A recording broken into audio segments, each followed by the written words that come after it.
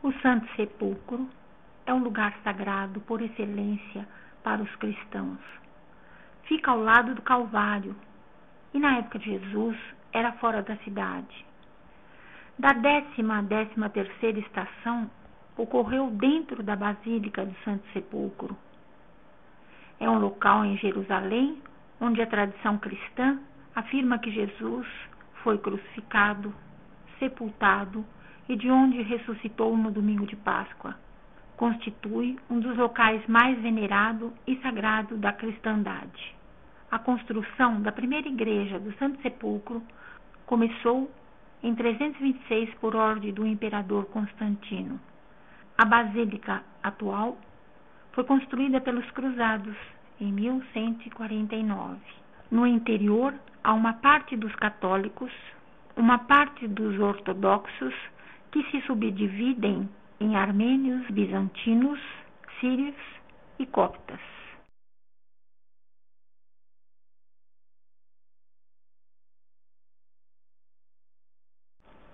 A 10ª estação da Via Dolorosa.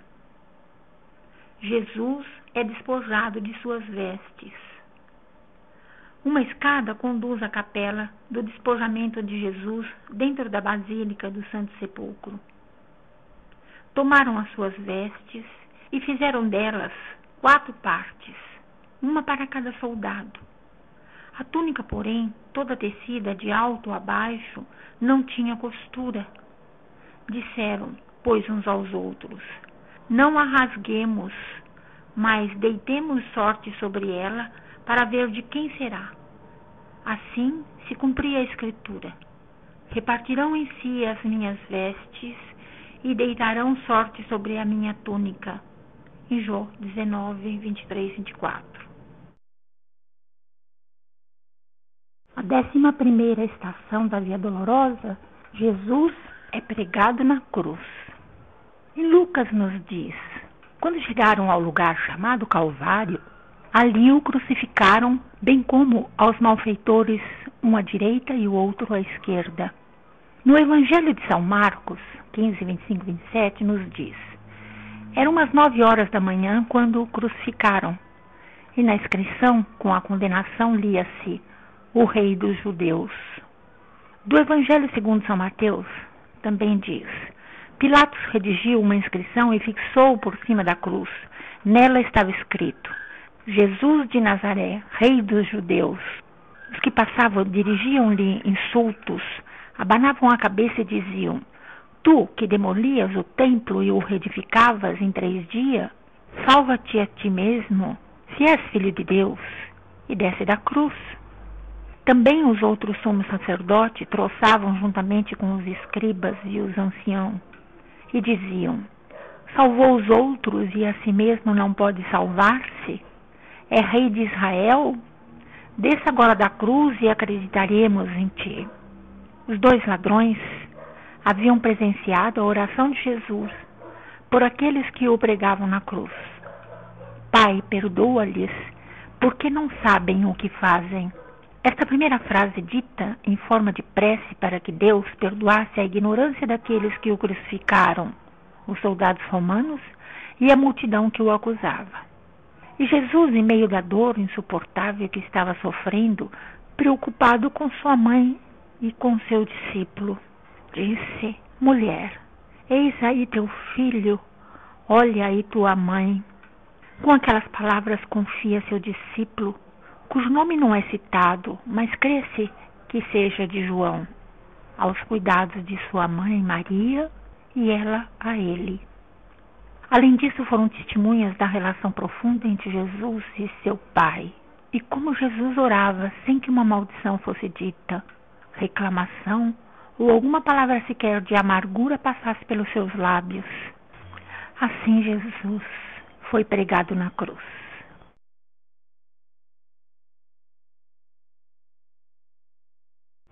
Décima segunda estação da Via Dolorosa. Jesus morre na cruz.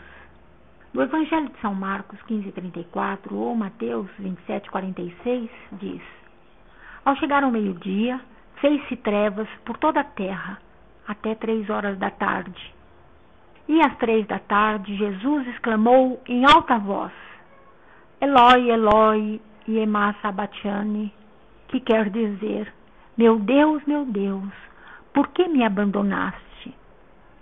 Esta frase se destaca por ter sido a única registrada tanto por Marcos como por Mateus e por ter sido transmitida a nós em uma outra linguagem, o aramaico. Expressa o sentimento de total abandono experimentado por Jesus em seu sacrifício e a necessidade de enfrentar a agonia sem qualquer valimento, nem mesmo o divino, a fim de cumprir seu desígnio e realizar sua obra na terra. Depois disse: tenho sede, em João 19:28. Ao invés de água, deram-lhe vinagre. Assim fica patente a natureza humana de Jesus. Não era uma reclamação ou um pedido, mas uma afirmação clara de que ele era de carne e osso, tinha fome e sede, como todos os humanos. Depois, Jesus, porém, tornando a dar um grande grito, entregou o Espírito. Está consumado. Com estas palavras, é uma declaração que tudo o que deveria ser feito foi cumprido. Em seguida, Jesus, com um grito forte, expirou: Pai, em tuas mãos entrego o meu espírito. Terminada a sua agonia, Jesus se abandona aos cuidados do seu Pai. Eis o agir mais alto, mais sublime do Filho, em união com o Pai.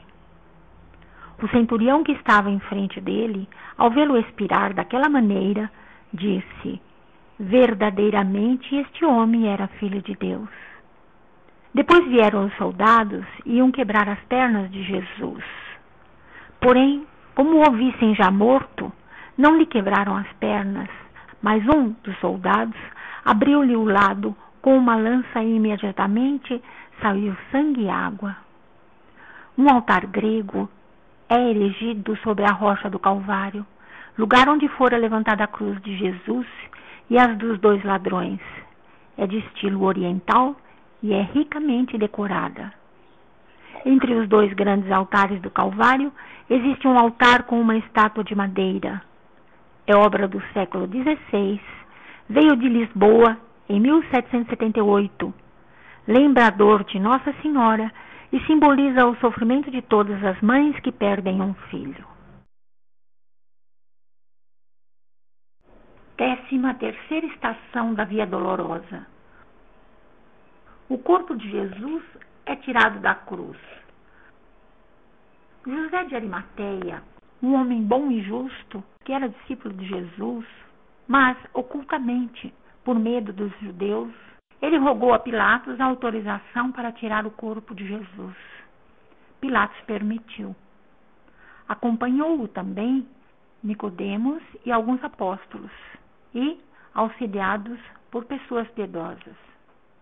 E descendo, tomar o corpo de Jesus e envolver o corpo num sudário branco de 4 metros de comprimento, com os aromas como os judeus costumavam sepultar.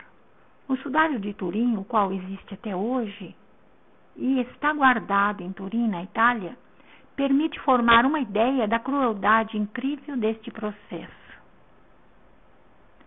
No momento em que Jesus foi tirado da cruz, sua mãe estava lá e o recebeu em seus braços, o corpo do seu filho querido. No coração de Maria permanecia a dor e a angústia de uma mãe aflita ao ver as consequências da maldade e da violência da humanidade. Neste local, dentro da Basílica do Santo Sepulcro, há uma pedra de unção. Pedra de unção é uma pedra que lá existe, de calcário rosa, representa para os cristãos o lugar onde, sobre o corpo de Jesus, depois de descer da cruz, foi espalhada uma composição de mirra e de aloés, e chorado pela mãe antes de ser fechado no sepulcro.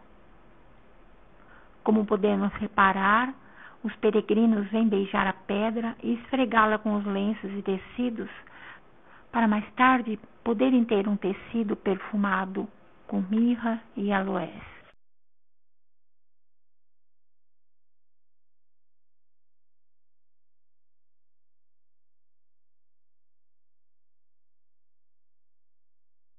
14ª estação da Via Dolorosa.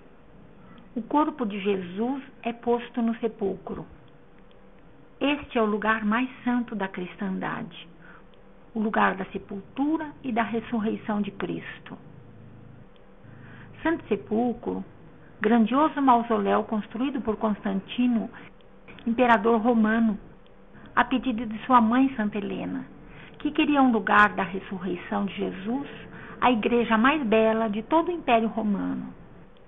E assim aconteceu. A este local os gregos e os cristãos antigos o chamam de Anástasis, que significa ressurreição em grego. No centro da Anástasis, o lugar da ressurreição, ergue-se hoje uma edícula do Santo Sepulcro. É uma capela própria, em estilo russo, é o ponto central de toda a Basílica do Santo Sepulcro. A porta de entrada é muito baixa e tem uma antessala chamada Capela do Anjo, e em seguida a entrada para o sepulcro. Sobre o túmulo estão pendurados 43 lampiões de prata, 13 pertencem aos latinos, 13 aos gregos e aos armênios, e 4 aos coptos. A capela é formada por 2 ambientes. O primeiro é a Sala do Anjo, em cujo interior é conservado um fragmento de pedra sobre o qual supõe-se que o anjo estivesse sentado quando as mulheres chegaram ao sepulcro já vazio. Em Marcos 16:6 diz: O anjo disse às mulheres: Não vos espanteis, estáis procurando Jesus de Nazaré, o crucificado? Ressuscitou, não está mais aqui. O segundo ambiente é uma verdadeira câmara, que é também a última estação da Via Dolorosa. Uma laje de mármore branco com quase 2,30 m por 1,90 m fecha a rocha original daquele túmulo que ficava no horto de José de Arimateia. Para os que visitam o Santo Sepulcro, as impressões e sentimentos são enormes e difíceis de descrever. Cada um tem sua própria experiência. As vidas se configuram como num compromisso novo, pois é dada a oportunidade de todos tocar com as próprias mãos o lugar onde Cristo triunfou da morte. Tudo muito lindo.